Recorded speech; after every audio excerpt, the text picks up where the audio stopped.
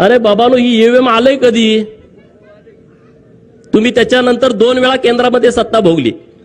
2009 ला हे शरदचंद्रजी पवार या माढा लोकसभा मतदारसंघातून ईव्हीएम वरती निवडून गेले की नाही गेले सांगा? 5 वर्ष तुमचे प्रतिनिधी होते. तुमच्या गावात किती वेळा आलते? मार्कडवाडीमध्ये किती वेळा आलते? जरा जोरात कळू द्या.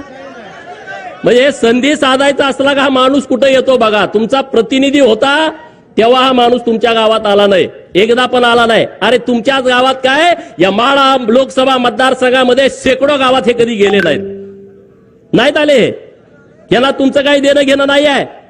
यांचं कसं आहे, आमच्याच कोंबड्यानं बाग दिली पाहिजे आणि मगच उजाडलं पाहिजे. हा जो गेल्या 50 वर्षापासूनचा प्रयोग सुरू आहे, तो प्रयोग आता त्यांचा कोंबडा देवाभाऊनी कापून खाल्लेला आहे. बरोबर, त्यांचा आता कोंबडा ओरडू शकत नाही.